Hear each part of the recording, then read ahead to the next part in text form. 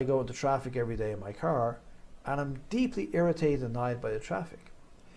But somebody else could be in their car and they're not deeply irritated. And why are they not deeply irritated, but I am deeply irritated, is because of my self-image, of how I see who I am and how I fit into the world, is there should be no traffic jams. And the other person has a more philosophical perspective regarding traffic jams. Their self-image is, it's okay to be in a traffic jam. Hi, today I'm talking about annoyance and disappointment in our lives. We all have things which annoy us, we all have our disappointments, and the strange and crazy thing is that people more or less just accept it and get on with it. Is there a way of dealing with annoyance more effectively?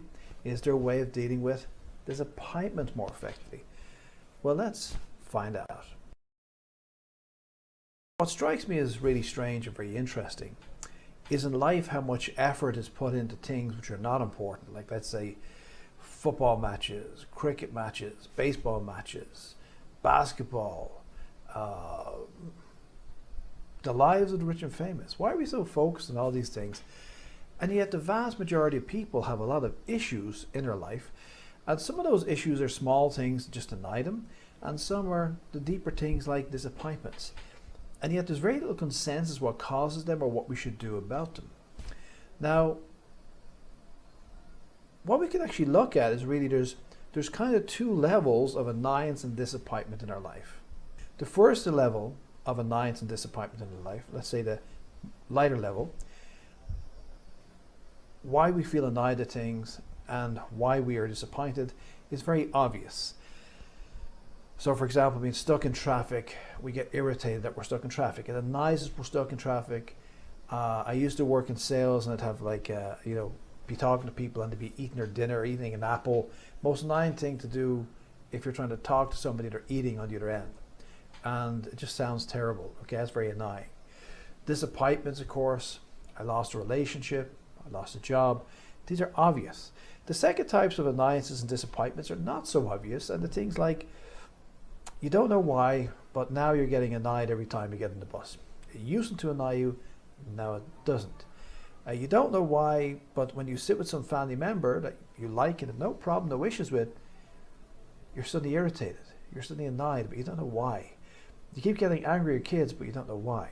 So we have the obvious and the in the obvious. And again, disappointments, losing a job, losing a relationship, doing badly in a sporting competition, for example, they're obvious disappointments.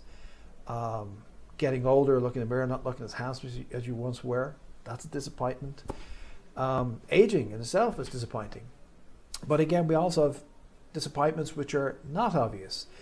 Just a sense of loss in life, okay?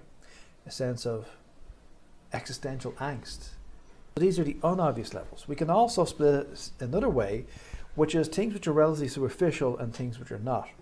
So what's causing the superficial annoyances and disappointments really are all tied into our self-image, how we see ourselves. So if something goes against that self-image, it tends to annoy us or tends to disappoint us. So say, for example, you have an image of how people should behave, and you see people behaving not according to that image. So for example, you have a very perfectionistic idea how people should be, maybe how people should eat their dinner, or how people should talk to you. And so you go into a meeting and people don't give you the difference which you think they should give you, and you find it disappointing. You go to have a meal with, say, family members, and somebody's like speaking with their mouth open. These are obvious annoyances and obvious disappointments with life. And we can work on them by working on self-image. And what I mean by working on self-image is boosting ourselves and feeling better about ourselves, and also being more accepting of other people. Because if my self-image is that, when I talk about self-image, not just how I feel about myself, but how I feel the world should be and how I should fit into the world. So we see a lot of people who are irritated by human behavior, for example. And the reason they're irritated by human behavior is because they have an image of how life should be. Let's say, for example, I go into traffic every day in my car and I'm deeply irritated and annoyed by the traffic. But somebody else could be in their car and are not deeply irritated. And why are they not deeply irritated, but I am deeply irritated, is because of my self-image, of how I see who I am and how I fit into the world, is there should be no traffic jams. And the other person has a more philosophical perspective regarding traffic jams. Their self-image is, it's okay to be in a traffic jam. It doesn't matter that I'm in a traffic jam. So their self-image of who they are and how they are in a traffic jam is okay. Disappointing, being disappointed by other people. Somebody doesn't call you, you always call them, they don't call you, and you get disappointed. And you might say, well, what the hell has that got to do with self-image? But it's based upon the idea, why am I disappointed? I'm disappointed because I feel they should have more difference to me. Because I have a construct of how I feel I should be in society, how other people should treat me in society. And if they're not treating me in this way, I feel disappointed because I have a code and they're not following it. Now, there can be objective truth in what you're saying. Yes, they might not show difference, they might be ignorant. But why am I disappointed in them not following my value system? Why am I disappointed in, say, something like, objectively I can't do anything about, like the traffic? So it's always based upon how I see myself in the world. How can we cure this? Well, I'll get on to it further into the video, but basically we can use on things like positive mind feed, auto-suggestion, and we're going to get into this thing called the journey of self. So it actually ties into the bigger subjects as well. But let's get to the deeper side. These are the obvious things. And as people age, they tend to have this more because there's a certain abundance or reservoir of hope and positivity in the youth.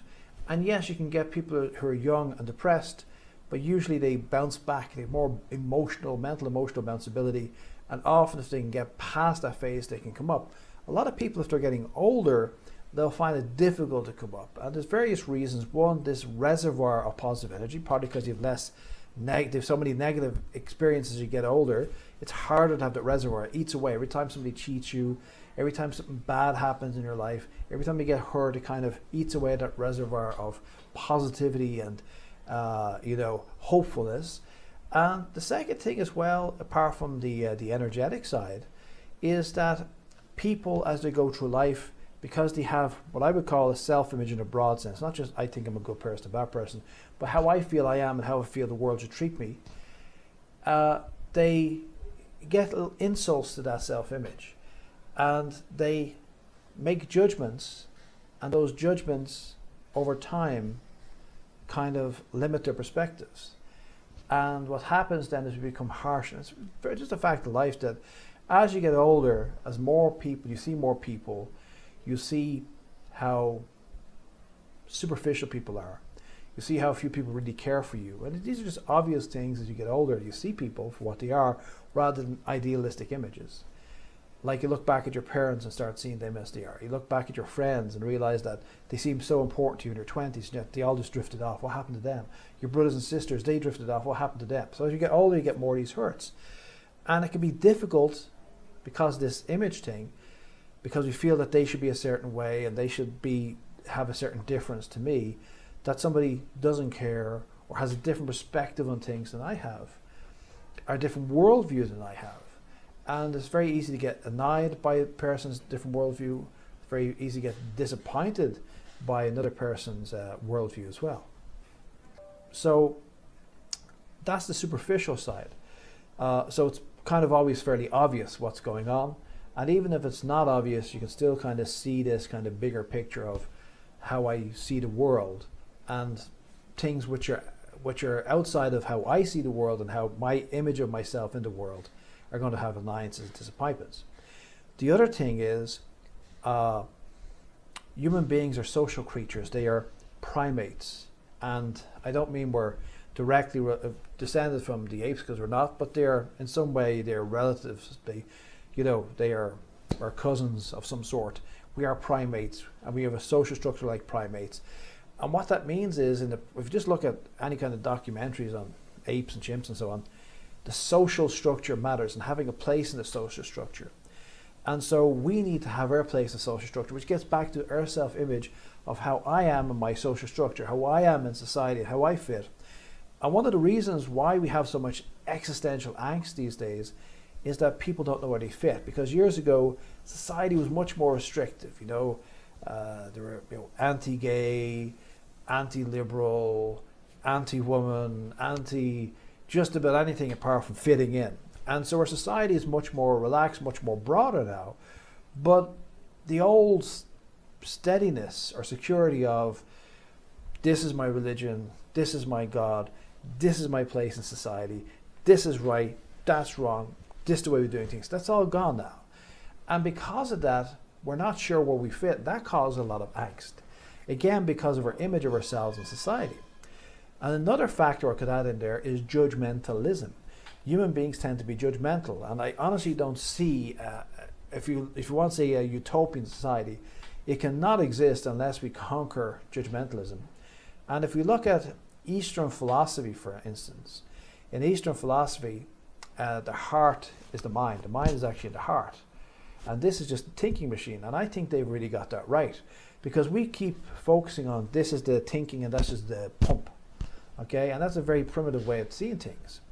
So the heart is your mind in the sense of your emotions, not just okay, you got this big lump here that does thinking, but the idea of a mental, emotional being rather than just a mental being. Because the problem is, if we just look at judgmentalism, judging mentalism, it's picking one thing and putting something else out. I like this, I don't like that. I agree with this, I don't agree with that. This is the winner, that's the failure. This is 100%, that's 0. That's the way that mind works. It's a very useful mind. It's got us to this stage of evolution that we can do pretty well as a species. Because we can use our mind, our rational mind, to say, this is good, that's bad. Okay, I put the crops out this way last year, it didn't work, I'm going to do it this year. I invested in this year, I'm going to go, I didn't like it, I'm going to invest in that year. This helps us evolve.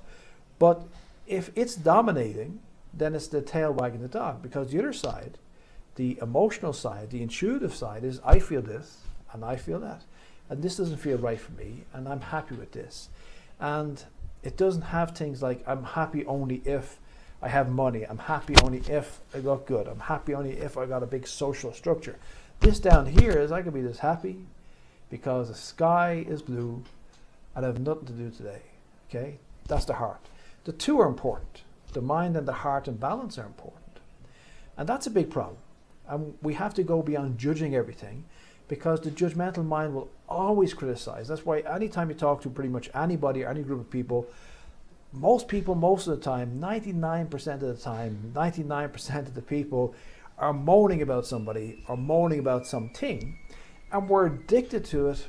And I think it's not just self-image, we're addicted to it because that's the way our mind works. Because our mind, we're addicted to the brain. We're not in tune with the heart. So the two have to balance better so that we're not always selecting and deselecting, which is what the judgmental mind does. Now, getting into the deeper side of things, this is something which I like to call the journey of the self. So, you see, there's two ways to look at success. One way to look at success is I'll imitate other people's successful behaviors and I'll fake it till I make it. And the other way to look at success is, or leadership as well, if you want to think of leading your life and leadership, is I was born with what the person I was meant to be, and somewhere along the way I learned to not be the person I was meant to be, and I just need to unlearn all this crap that I learned to think about myself and just become who I am. Now obviously, if you watch any of the videos on my channel, you will see that I'm more of this, you are who you're meant to be and just go find yourself. And I do have a space for this idea of copying successful behavior, like somebody's good at studying, learn how they study, somebody's good at business, learn how they do a business, somebody has more confidence, maybe copy how they are. So to fake it to make it is good to a degree, but if that's all you're focused upon, you will have worldly success, but you'll never be happy inside. You see, the only way you can be happy inside is this other side, which is be who you're meant to be. And this is where we get to the deeper thing, when we're not sure why we're annoyed, we're not sure why we're disappointed. And yes, it might have something to do with self-image and how I fit in the world socially, because especially society, we tend to judge ourselves And if we feel we're not fitting in socially, we will tend to feel ostracized. So fitting in socially is a very big thing, and with our image. So we want to fit in socially. We want to feel that people are giving us the difference that we feel according to our value system and our way of judging things, that we're being given the deference that we should get, and we're given the treatment we should get, and people should have the values that we feel in society that they should have and we should have. So this social structure, social strata, fitting into a social image, and where I fit in. That's very important. But the deeper level also is, if you're living a life that's not in tune, not in accord with who you are inside, you're not going to be happy. And a lot of us are pursuing a life that's not really us. I mean, I did this for about 20 years. I was doing all sorts of sales sort of jobs because I wanted money. I didn't know anything beyond that. And it wasn't really me, and I wasn't really happy. Doing what I do today, I feel much more happy because this is basically what I do. Both here and then outside of here in my daily work. This is the work I do. So we have to do things which are in tune with who we are, the real self, the true self, which is who you are deep inside. And this is where you have to find out by yourself. So I like to call it the journey of self, or the journey into self, which is finding out what makes me work, what makes me happy as a person, and working through those conflicts. Because if it's a deeper existential crisis, like an annoyance but you don't know why, and it seems to deeply affect you, with disappointment which seems into the core of your soul, you feel like you're tired, like life is not worth living, and you don't know why, and you feel so sad all the time, and you feel disappointed, deeply disappointed with life, you're getting into this core, and this core self is being left somewhere, you see, because you could be so busy living a certain life, and yet the true self is in the corner like some anorexic starving to death. You're not giving your true desires. And I've said this in another video. You have, what I feel is, you have superficial desires, which are things you learn to like because other people like them. Or you've, again, the self-image where you think you fit in.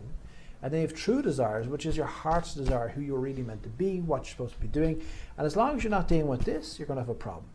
A second side as well is, we tend to get traumatized very easily, and you could have traumas in life, and they're not what dealt with. Okay, so I remember many years ago, I was fired from a job. I fired from quite a few jobs, but I was fired from a job, and it upset me deeply beyond self-image. On one level of self-image was hurt, but on another level, it signified the end of that, say, sales career. I realized that this really wasn't for me, and now what was I going to do? And that really hurt me for quite a few years on that deeper existential level, because it's not so much about following my heart's desire, it's just about the realization that I've been chasing after a dream that's not my dream. I've been spending quite a few years pursuing a life that's not my life. And that hurts deeply, okay? So how do we fix all this annoyance and disappointment? And another question is, why does nobody bother with this stuff? Why is nobody bothered trying to fix these things? I mean, so many people are held back in some way by annoyances and disappointment, and a small minority of people really have a tough life because of annoyances and disappointment, really irritating them or depressing them or whatever. It's amazing our society, we don't try to address this, and I feel the reason why we don't address this as society is that nobody really understands why, and it's kind of like, well, you know, one of these things, because for each person it's going to be different, because we're all different inside. So just to wrap it up, let's get to the solutions. The first thing is, for more superficial stuff, it's self-image. And self-image, on one side, we tend to think self of making feeling good about myself, having self-esteem. But self-image is also being philosophical about life, and realizing that everybody doesn't have my value system, everybody doesn't think the way I think about the world. And why am I getting upset by things like the traffic? I can't change the traffic. Or if somebody else has bad manners, why am I getting disappointment? Okay, so how do we deal with that? One way we can deal with that is autosuggestion. Emile Q, his book, 1922, his famous book, Self-Mastery Through Conscious Autosuggestion, is very good. Autosuggestion is basically using positive phrases to change how you think about things, and it's basically an effort to reprogram the mind. The idea that you've got a conscious mind, subconscious mind. Subconscious mind houses your beliefs and your habits and your feelings, and we need to reprogram it if our thinking is negative. It should be in the present moment, and it should be positive and upbeat. So nothing like, in future I won't feel so irritated by the traffic. Instead, it's something like, the traffic is not bothering me. Every day I'm finding it easier and easier to go to my work and not be bothered by the traffic. Something like that. Okay, very positive, upbeat, always in the present tense. We can also add to that mind feed. A mind feed is giving yourselves positive, watching positive videos, reading positive articles and books, watching more upbeat kind of programs, maybe doing things to explore ourselves, self-development courses, psychotherapy, all that sort of stuff, but reading the actual material to take it in board, going to interesting meetings and organizations, having interesting relationships. All these will give you good mind feed. And that's, because if you're just watching the news, you can select really negative news on the left-wing news, or really negative news on right-wing news, or really negative conspiratorial news. Okay, so what the hell selection is there? If you're looking at TV, Netflix, Amazon, whatever terrestrial channels in your country, etc., tends to be negative movies, negative TV, shit posts all over the place. Most journalists are shit posting. There's like, this is crap, that's crap, this is bullshit. Why don't you go follow my agenda? Dump it, okay? I check my news feed a couple of times a day, see what's happening in the world, but I spend a good bit of time watching nice videos, reading nice articles, trying to hang around with nice people that I feel help boost me and a worldview which I feel is more empowering than disempowering. Mind feed, very important. It's kind of like self-suggestion 2.0, because my feeling is the reason for using auto-suggestion is to boost the mind a bit. But we should go beyond just boosting the mind and get into developing a kind of a cocoon of positivity and abundance based upon selecting what we're watching at, selecting what we're reading, selecting how much time we spend talking to negative people. And we boost ourselves, and then we start having a happier worldview and a happier view about ourselves because we're giving ourselves positive stimuli. Okay, so mind feed is another thing that's very useful. So we got our suggestion, we got mind feed. The next thing is being philosophical about these things. This gets back to the journey itself. And one part of being philosophical is, you probably heard about Stoicism, is very good, lots of good Stoic books and so on. And Stoicism is about putting things into perspective. And again, if you're looking at mind feed, a lot of good mind feed, a lot of good self-development material will put you into perspective, okay? So being more philosophical in how you approach life. And, it's okay, the traffic's like this. It's okay, this person's an asshole.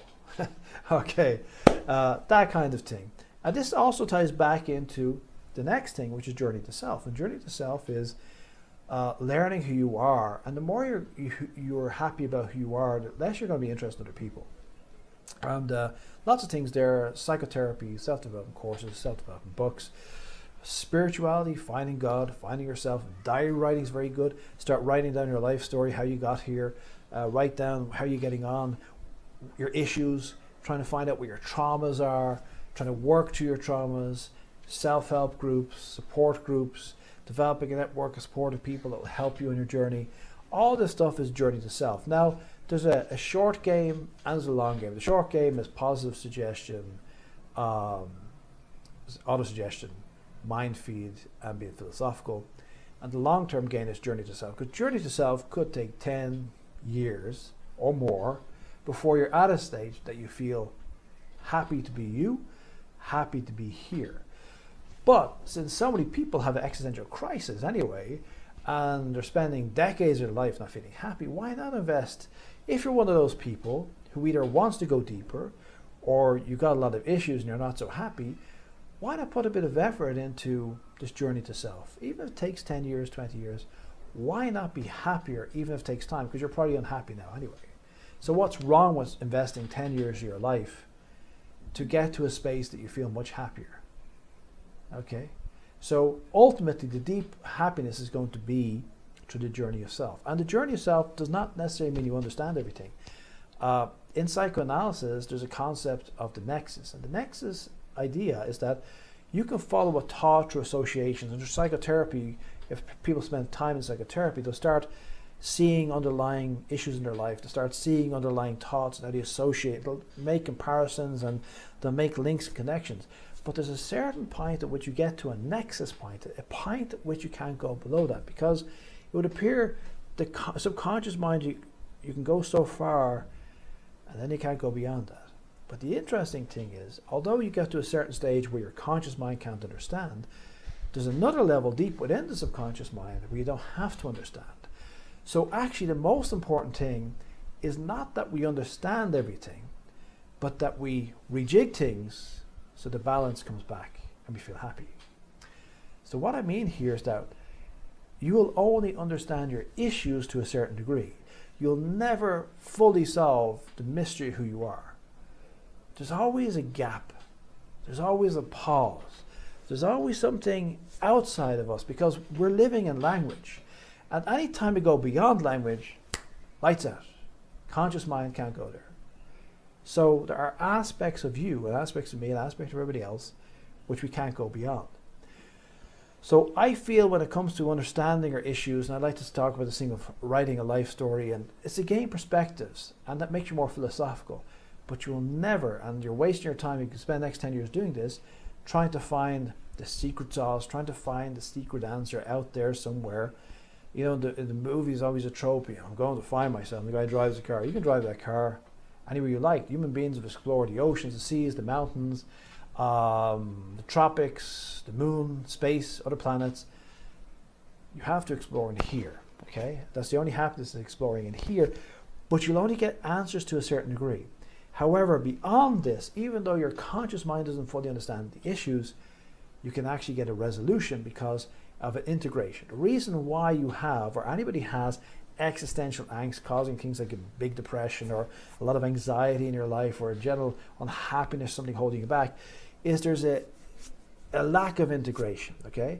So what we're doing is, when we're finding who we really are, we're starting to integrate ourselves, okay? So that's the whole idea, integration. And integration creates kind of unity. Yoga means unity, by the way, or oneness. And we're doing a kind of yoga on ourselves, okay? We're becoming who we meant to be. And as we integrate, we become happier and more satisfied. So the reason why you're not so happy is you're disintegrated at some level. At some level, there is a disintegration, a lack of integration, okay? So we have to integrate to some degree. But our conscious knowing only goes so far. So we can actually integrate even not knowing why. We see this all the time in life, whereby somebody's shy and then somehow they have some experiences and they're not shy anymore. And they don't know why. They can never tell you why. A person has an addiction and then suddenly it's gone. And you don't know why. You're always scared to be at home on your own. And then one day you're not. What that means is, subconsciously, you've been integrated. Some aspect that was not integrated is now integrated. Okay?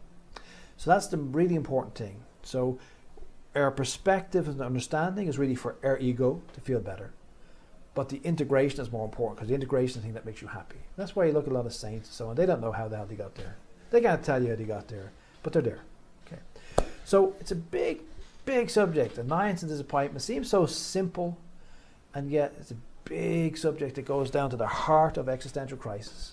And existential crisis is the heart of every human being who isn't a great saint or spiritual master. The existential crisis is there at some level. Okay? So, very simply, autosuggestion, mind field being a philosophical journey to self. And that is how we can improve our situation with annoyance and disappointment. Not that we can always be free of them, but we can be more relaxed about them, more philosophical about them. And if they're gnawing you on a deep level and you're willing to go deep into it, you can become a much more satisfied, grounded, happy person over time, because the journey to self takes a while, and it also has no end. Okay. Hope you liked the video. Please like and subscribe, and I'll talk to you next time.